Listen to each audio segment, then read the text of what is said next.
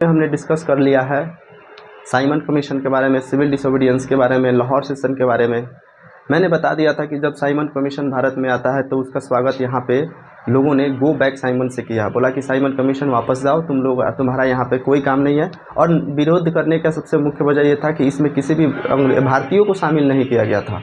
और जस्ट हम आगे देखते हैं कि लाहौर सेशन में जवाहरलाल नेहरू ने क्या किया था, लाहौर में जाकर अपना झंडा, भारत का झंडा उन्होंने क्या तिरंगा फहराया और उन्होंने शपथ लिया कि आने वाले 26 जनवरी 1930 को हम अपने देश को अंग्रेजों से क्या करेंगे, आज़ादी दिलाएंगे। और ये एक समझिए कि नेशनल राष्ट्रीयता का एक समझिए कि एक प्रतीक बन गया। और उसके बाद क्या होता है कि जब वहाँ पे वो प्रतिज्ञा लेते हैं, ये सब सारी चीज़ें जब घटनाएं चल भी रही थी तो महात्मा गांधी ने यहाँ पे अपना एक दिमाग ये लगा रहा है कि हमें किसी तरीके से भारत के सभी लोगों को एक यूनाइट करना ही है। और यूनाइट करने के लिए सोचा कि अब कौन ऐसा तरीका बच गया है जिससे मैं यूनाइट करूँगा। तो उन्होंने देखा कि नमक जो है, नमक जो मतलब नमक ऐसा चीज़ होता है कि जो अमीर हो चाहे गरीब हो, हर तबके के लोग नमक का इस्तेमाल करते हैं। और इसी नमक पर अंग्रेजों ने क्या लगा दिया था, टैक्स लगा दिया था। तो महात्मा गांधी ने एक चीज़ सोचा कि चलिए अच्छा चीज़ है। यानी यहाँ पे देखिए कि सॉल्ट को मतलब इन्होंने एक पावरफुल सिंबल की तरह माना, लोगों को क्या करने के लिए, यूनाइट करने के लिए। Mahatma Gandhi choose salt to unite the people of India. इन्होंने लोगों को यूनाइट करने के लिए सॉल्ट का ही इस्तेमाल किया। नमक का इस्तेमाल करने के पीछे सबसे बड़ा रीजन क्या था, क्योंकि नमक जो होता है गरीब अमीर हर तबके के लोग इस्तेमाल करते हैं। और दूसरा चीज ये है कि इस पे टैक्स भी लगा दिया था। तो क्या होता है, 31 जनवरी 1930 का बात है, 31 जनवरी 1930 की ये बात है। महात्मा गांधी ने क्या किया, इसके पास वायसराय इरविन था, उसमें लॉर्ड इरविन जो था ना, भारत का वायसराय था, ये वायसराय था। तो महात्मा गांधी ने वायसराय के पास, इरविन के पास उन्होंने एक पत्र लिखा। ठीक है, Mahatma Gandhi wrote a letter to viceroy Irwin and he demanded 11 things. उन्होंने क्या किया, 11 चीजों का मांग किया। 11 सूत्री इसको कहा जाता है 11 सूत्री चीजों का मांग करना। इसमें 11 चीजों का मांग किया। अंग्रेज से बोला कि तुम हमारे 11 डिमांड्स को पूरा करो। अगर तुम 11 डिमांड्स को पूरा नहीं करोगे तब हम क्या करेंगे, सिविल डिसोबीडियंस मूवमेंट शुरुआत करेंगे। जैसे घर में क्या होता है कि आप बोलिएगा कि हाँ, घर के गार्जियन से कि मुझे कपड़ा खरीद दो, अगर कपड़ा नहीं खरीदोगे तो हम खाना नहीं खाएंगे। तो महात्मा गांधी का यही समझिए कि रूसा रूसी वाला बात है। इन्होंने पत्र लिखा वायसराय के पास और कहा कि तुम हमारे 11 चीजों की मांग को पूरा करो।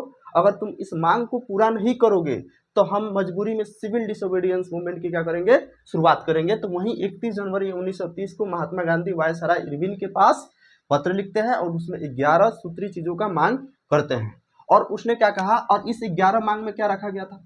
अब 11 लिस्ट है, आप लोग 10th क्लास में पढ़ रहे हैं, तो देखिए इतना मतलब हर तरह का मांग था उसमें, चाहे अमीर से रिलेटेड हो, गरीब से रिलेटेड हो, उद्योगपति से रिलेटेड हो। 11 चीजों का मांग किया गया था। उसमें कैदियों को रिहा करने के लिए भी बोला गया था। उन्होंने बोला था कि जितने भी तुम कैदी को तुम कैद करके रखे हो उनको भी तुम रिहा करो। उसमें दूसरा क्या था, उसमें इन 11 मांग में एक मांग था सॉल्ट टैक्स को हटाना। मतलब इसमें 11 एक लिस्ट है, 11 1 2 3 करके ऐसे 11 लिस्ट है। और उस 11 लिस्ट में 11 मांग में एक मांग क्या था, सॉल्ट टैक्स, यानी most demanded abolition of salt tax. उन्होंने कहा कि तुमको सॉल्ट टैक्स को भी खत्म करना है। तो अब जब सॉल्ट टैक्स को खत्म करने के लिए बोला गया, अच्छा महात्मा गांधी ने क्यों सॉल्ट टैक्स, पुअर हर व्यक्ति का एक समझिए आहार होता है, खाने में इसका एक संतुलित मात्रा में इसका क्या ये लिया जाता है, कंज्यूम किया जाता है। मात्रा कम ही होता है, लेकिन अगर ये नहीं रहेगा तो खाना का पूरा टेस्ट ही बिगड़ जाएगा। चाहे आप खाना कितना भी अच्छा बना दीजिए, कितना भी स्वादिष्ट बना दीजिए, लेकिन नमक नहीं रहेगा तो सारा सत्यानाश समझिए। तो नमक जो होता है अमीर और गरीब दोनों लोग इस्तेमाल करते हैं। दूसरा, ये इसेंशियल फूड होता है। नमक क्या होता है, एक इसेंशियल फूड है। और दूसरा चीज क्या है कि मोनोपोली, यानी सरकार का इस नमक पे मोनोपोली। मोनोपोली का मतलब होता है एकाधिकार। मोनोपोली का मतलब होता है एकाधिकार। जैसे मान लीजिए ये मेरा बोर्ड है, मैं बोलूंगा ये बोर्ड जो है मेरे लिए मोनोपोली है, मेरा इस पे इकलौता अधिकार है, मैं दूसरे किसी का इस्तेमाल करने नहीं दूंगा। तो उस समय में नमक बनाने का जो मोनोपोली था, अधिकार जो था, सिर्फ उस समय में ब्रिटिशर्स को था। दूसरा कोई व्यक्ति नमक नहीं बना सकता था। तो वही कह सकता है मोनोपोली मतलब एकाधिकार होना, कि नहीं मेरा इस पर इकलौता अधिकार है। बच्चा से जैसे कोई खिलौना अगर खरीद के दे दिया जाता है घर पे खेलो, अगर कोई दूसरा बच्चा आता है घर में, उससे खिलौना लेने के लिए बच्चा खिलौना नहीं देता है। क्यों, समझिए कि बच्चा समझता है कि इस पर मेरा मोनोपोली है, मतलब ये खिलौना मेरा ही है, मैं किसी और बच्चा को नहीं दूंगा खेलने के लिए। तो मोनोपोली का मतलब होता है एकाधिकार था। तो इन सभी वजहों से महात्मा गांधी ने किसका चुनाव किया, नमक का चुनाव किया, नमक सत्याग्रह के लिए। ठीक है, तो अब इस सब चीज करने के बाद 11 डिमांड्स किसके पास पत्र में लिखकर भेजे, इरविन के पास, इरविन के पास। और इन्होंने कहा, देखिए 31 जनवरी 1930 का बात है, और बोले कि तुमको हम 11 मार्च का समय देते हैं। महात्मा गांधी ने कहा इरविन को कि तुमको हम 11 मार्च का समय देते हैं कि इन 11 डिमांड्स को, देखिए 11 मार्च को 11 डिमांड्स याद रखिएगा, 11 मार्च को 11 डिमांड्स पूरा करने के लिए कहा कि तुमको 11 मार्च तक मेरा पूरा डिमांड्स को क्या करना है, पूरा कर देना है, फुलफिल कर देना है, पूरा कर देना। अगर तुम नहीं करोगे पूरा तो हम सिविल डिसोबीडियंस मूवमेंट की शुरुआत कर देंगे। सिविल डिसोबीडियंस, सविनय अवज्ञा आंदोलन का हम लोग क्या करेंगे, आंदोलन शुरुआत कर देंगे।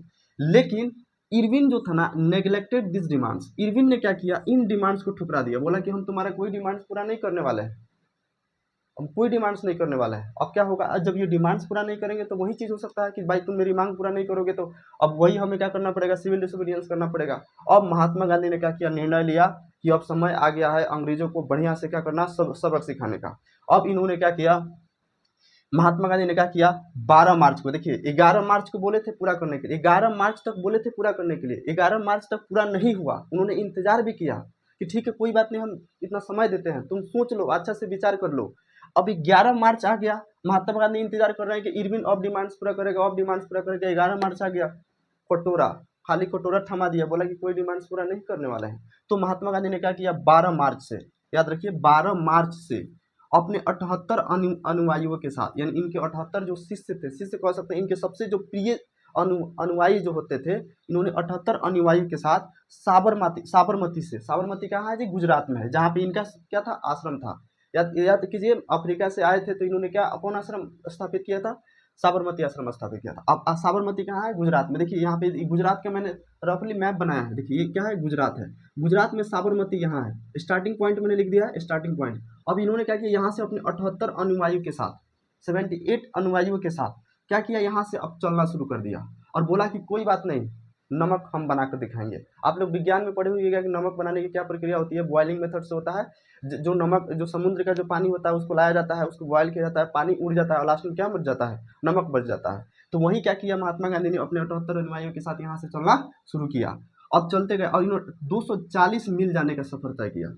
240, देखिए साबरमती यहाँ है और दांडी यहाँ है, यानी इन्होंने टारगेट रखा कि हम दांडी के पास जाएंगे। देखिए ये सब क्या है, पानी है, ये वाटर बॉडी है। अब नमक कहाँ मिलेगा आपको, समुद्र के किनारे, क्योंकि समुद्र का पानी क्या होता है, खारा होता है, उसमें नमक होता है, वो वाष्प उड़ जाता है, उसके बाद क्या बचता है, नमक बचता है।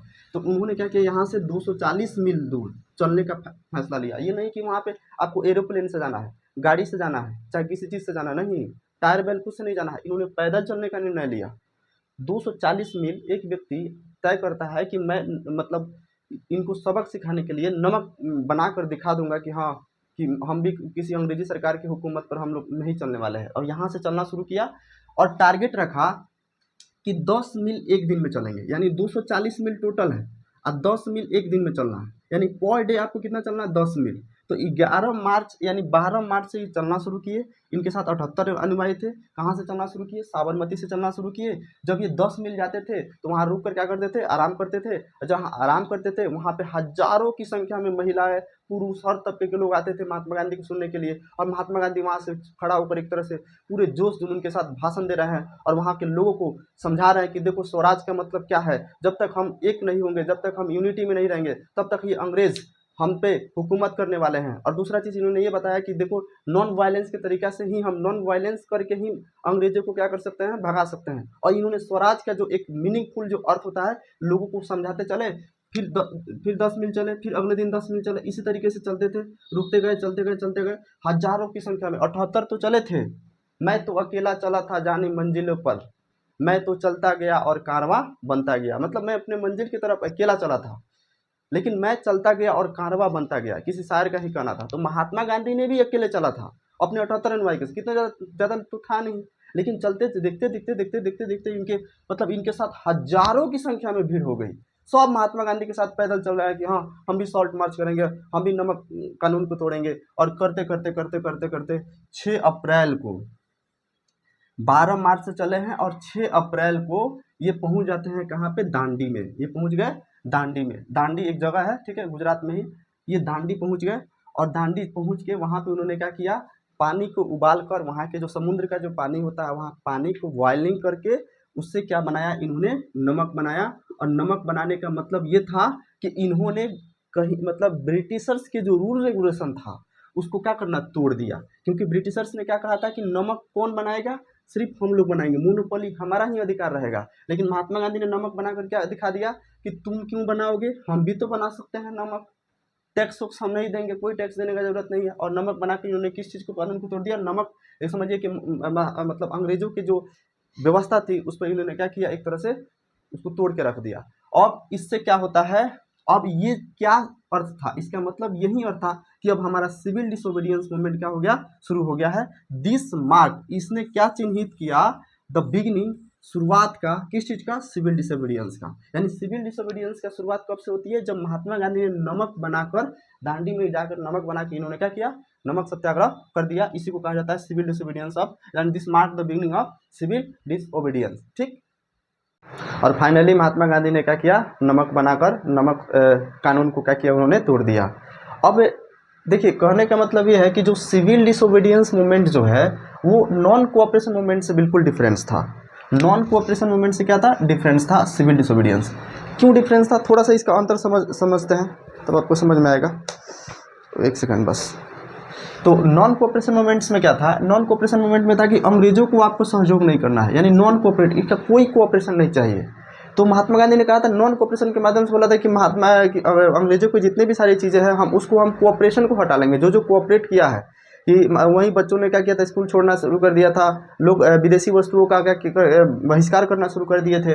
लेकिन सिविल डिसोबीडियंस में क्या कर रहा है, सिविल डिसोबीडियंस में क्या था कि नॉन कोऑपरेशन तो करना ही है, रिफ्यूज्ड कोऑपरेशन, कोऑपरेशन को तो हटाना ही है, साथ में कॉलोनियल रूल जो भी थे उसको ब्रेक कर देना है। यानी जो भी अंग्रेजों ने भारतीयों पर जो भी नियम लगाए थे उस नियम को हम नहीं मानेंगे। जैसे अंग्रेजों ने क्या नियम लगाया था कि नमक पर कर होना चाहिए, तो महात्मा गांधी ने कहा कि नहीं, नमक पर तुम कर नहीं लगा सकते हो, टैक्स नहीं लगा सकते हो, मानने से इनकार कर दिया इरविन। तो महात्मा गांधी ने क्या किया, दांडी मार्च शुरू कर दिया, सीधे गए वहां से नमक बना के इन्होंने क्या किया, नमक कानून को तोड़ दिया। तो ये डिफरेंस कैसे था, ये डिफरेंस था कैसे कि इसमें कोऑपरेशन के साथ साथ कॉलोनियल रूल जो है उसको भी क्या करना है, ब्रेक कर देना, कि नहीं वो सब तो ठीक है, जब तक अब इन चीज़ों को जब तक हम ऐड नहीं करेंगे तब तक काम चलने वाला नहीं है। तो थोड़ा एक स्टेप क्या होता है, इसमें आगे बढ़ जाता है।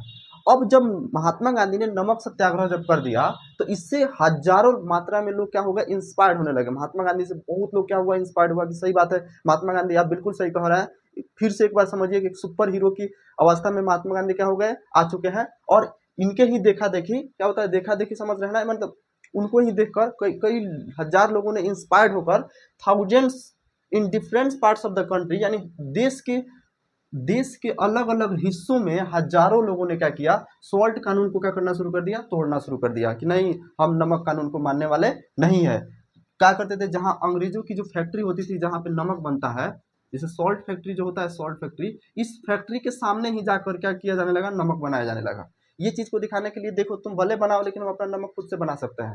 इतना हाई लेवल पर समझिए कि विरोध हो रहा है। तो क्या हो रहा है कि सॉल्ट फैक्ट्री के सामने ही क्या किया जा रहा है, नमक बनाया जा रहा है कि भाई हम भी बना सकते हैं, एक तुमको ही थोड़े आता है। दूसरा चीज, अब फिर एक बार क्या होने लगा, विदेशी वस्तुओं का, विदेशी कपड़ों का क्या किया जाने लगा, फिर से बॉयकॉट होने लगा, बहिष्कार होने लगा। लिक्विड शॉप को, जितने भी शराब की जो दुकानें थी उसको भी पिकेट किया जाने लगा। यहाँ लोगों को एंट्री से क्या किया, रोक लगा दिया गया। रेवेन्यू देने से किसानों ने क्या किया, टैक्स देने से मना कर दिया, रेवेन्यू देने से मना कर दिया।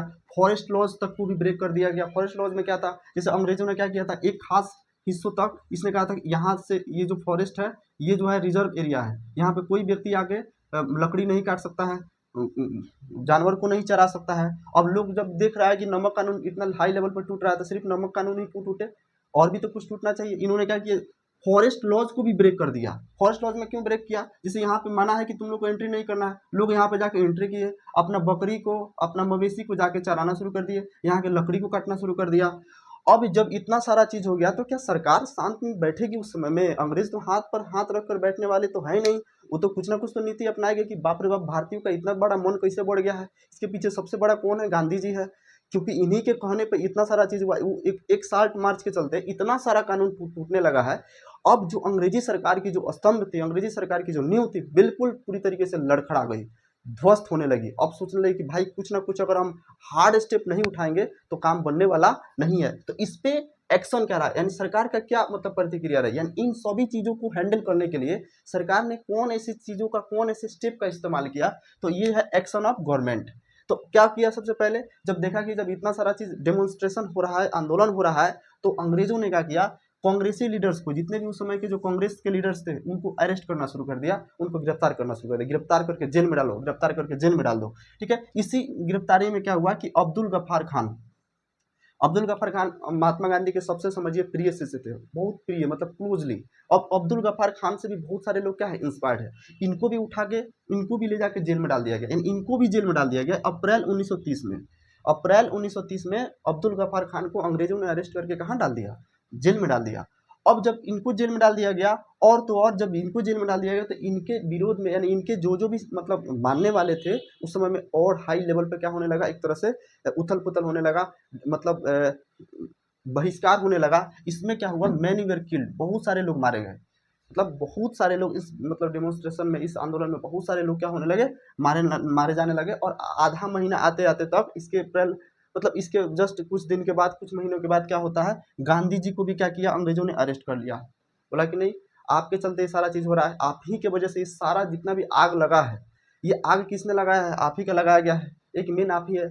इनको भी क्या किया, गांधी जी को भी क्या किया गया, जेल में डाल दिया गया। और जब गांधी जी को जेल में डाल दिया गया, तो जो एक तरह से आंदोलन का रूप जो था, और इसकी स्थिति क्या हो गई, बिगड़ने लगी। शोलापुर एक जगह है, शोलापुर के वहाँ के जो भी वर्कर्स थे, सोलापुर के जितने भी वहाँ के जो वर्कर्स, वहाँ के लोग थे, वहाँ के बिल्डिंग्स में, सरकारी बिल्डिंग में, रेलवे स्टेशन पे, कॉरपोरेशन बिल्डिंग में, सभी बिल्डिंग में जाके इन्होंने क्या किया, एक तरह से समझिए कि उथल पुथल, काट मार, ये सब एक तरह से वायलेंस का रूप धीरे धीरे क्या होने लगा, बिगड़ने लगा, वायलेंस का रूप ले लिया।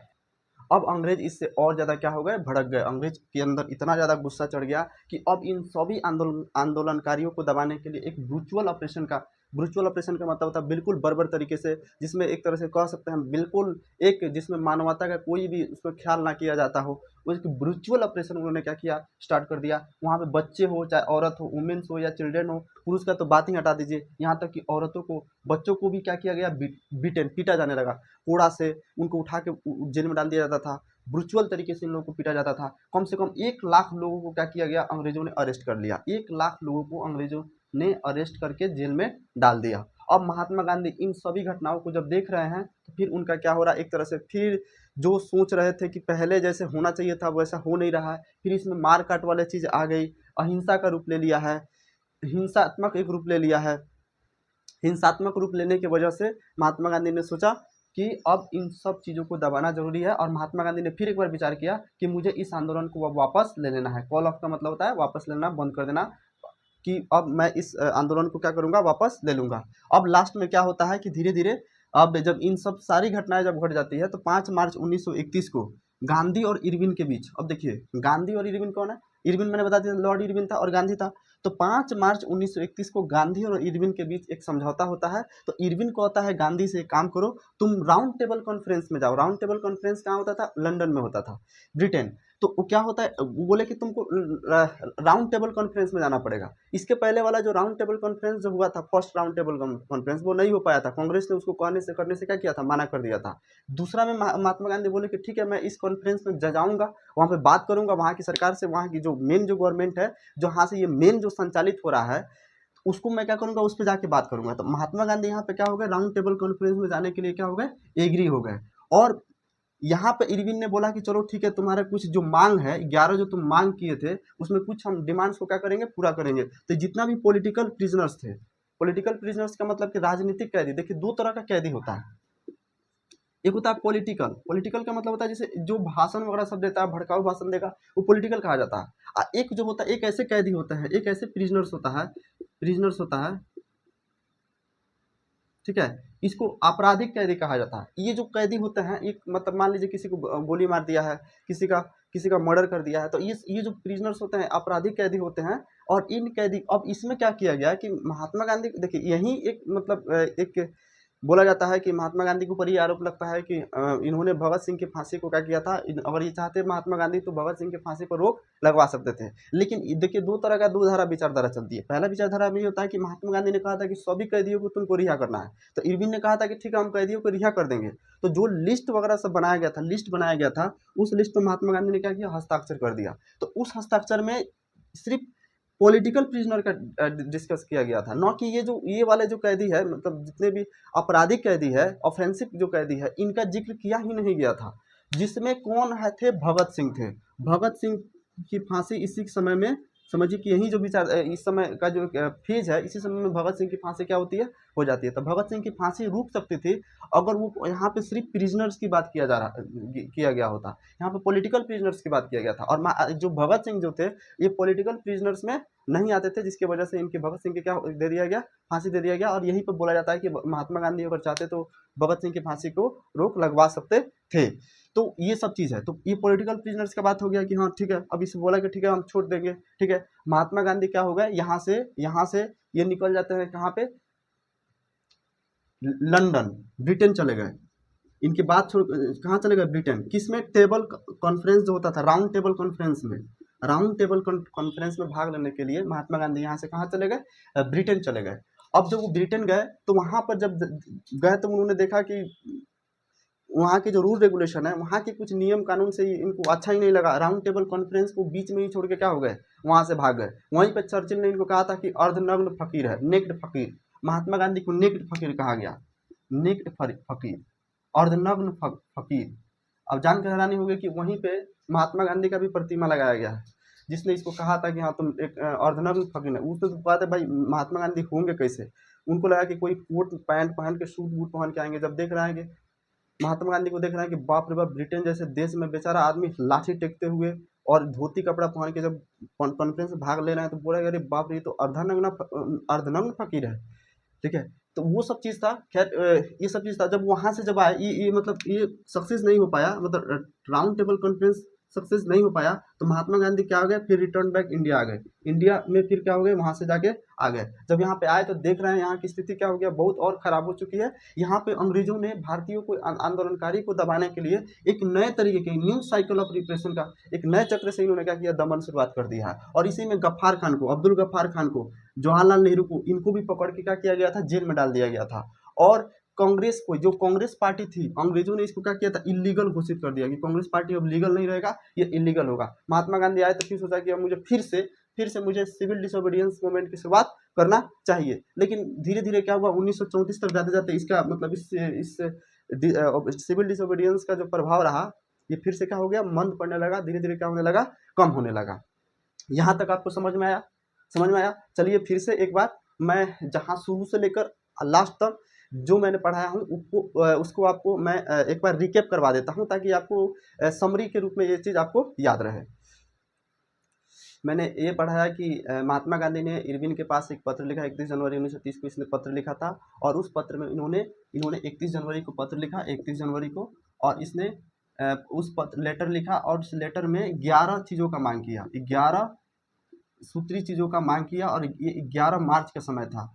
11 मार्च का समय तक इसने बोला कि 11 मार्च तक क्या करना है आपको? इस मांग को पूरा कर देना है। 11 मार्च का कंप्लीट तो हुआ ही नहीं, तो महात्मा गांधी ने क्या किया?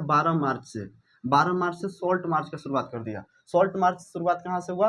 दांडी, साबरमती से दांडी तक। ये साबरमती है और ये दांडी है। तो साबरमती से दांडी तक चले, 240 मील दूर है। 240 मील दूर है, एक दिन में 10 मील ही चलते थे। और ये दांडी में जाकर नमक सत्याग्रह कर दिए। नमक सत्याग्रह का मतलब ये था कि अंग्रेजों का जो कानून था उसको क्या किया? इन्होंने तोड़ दिया। फिर 12 मार्च को सॉल्ट मार्च करने के बाद क्या किए? इन्होंने क्या, 6 अप्रैल को ये कहाँ पहुँच जाते हैं? कहाँ पे? 6 अप्रैल को वो दांडी पहुँचे। 6 अप्रैल को दांडी, यहाँ पे 6 अप्रैल को दांडी पहुँच गए और उन्होंने नमक बना के कानून को तोड़ दिया, ठीक है। फिर बाद में क्या होता है कि इनके इस आंदोलन से प्रभाव होकर हजारों लोग तरह तरह के क्या करने लगे? कानून का उल्लंघन करने लगे। कोई कॉलोनियल रूल को तोड़ने लगा, जैसे जंगल का जो रूल था उसको भी तोड़ा जाने लगा। फिर उसके बाद विदेशी वस्तु का भी फिर से बहिष्कार किया जाने लगा। शराब की दुकानों का बहिष्कार किया जाने लगा। फिर से एक ऐसा रूप ले लिया जिससे ऐसा लग रहा था कि अब भारत जो है आज़ादी के कगार पर जाने वाली है। लेकिन हम आगे क्या देखते हैं कि गांधी इरविन के बीच में फिर से क्या होती है? एक समझौता होती है। और इरविन ने इनको कहा कि तुमको राउंड टेबल कॉन्फ्रेंस में आपको जाना चाहिए। राउंड टेबल कॉन्फ्रेंस में जाने के लिए महात्मा गांधी राजी भी हो जाते हैं। और तब जाके मतलब इनको छोड़ा गया। राजनीतिक कैदी को क्या किया गया? जितना भी कांग्रेसी लीडर्स को कैद करके रखा गया था उनको छोड़ा गया। इसमें भगत सिंह की रिहाई नहीं हो पाई, उनकी फांसी हो गई थी। जब महात्मा गांधी दिसंबर में जब जाते हैं वहाँ पे ब्रिटेन जाते हैं तो ब्रिटेन में वो टेबल कॉन्फ्रेंस में जाते हैं, लेकिन वहाँ पे जाते हैं तो उनको उतना मतलब आशा कि जिस आशा के साथ वहाँ पे गए थे वो चीज़ पूरा नहीं हुआ। तो फिर क्या हुआ कि वो फिर इंडिया में आते हैं, लेकिन जब इंडिया में आते हैं तो यहाँ की स्थिति देखकर और ज़्यादा क्या हो गया, उनका दिल टूट गया। क्यों? क्योंकि यहाँ पे अंग्रेजों ने मतलब इस आंदोलन को दबाने के लिए एक नए सिरे से लोगों को दबाना शुरू कर दिया था। कांग्रेस को इलीगल घोषित कर दिया, बोला कि कांग्रेस लीगल नहीं रहेगा। और इसी समय में जवाहरलाल नेहरू को भी जेल में डाल दिया गया, अब्दुल गफ्फार खान को भी जेल में डाल दिया गया। तब महात्मा गांधी को अंदर से लगा कि ये ठीक ठाक नहीं हो रहा है। फिर सोचे कि अब फिर से मुझे सिविल डिसोबीडियंस मूवमेंट की शुरुआत करना चाहिए, लेकिन दोबारा से उन्होंने जब शुरुआत किया तो धीरे धीरे इस आंदोलन का वो प्रभाव उतना नहीं रहा, और लास्ट में जाते जाते 1934 तक जाते जाते इसका प्रभाव पूरी तरीके से क्या हो गई, मंद पड़ गई। थैंक यू सो मच, आपको देखने के लिए दिल से धन्यवाद। आगे मिलते हैं आगे की वीडियो में।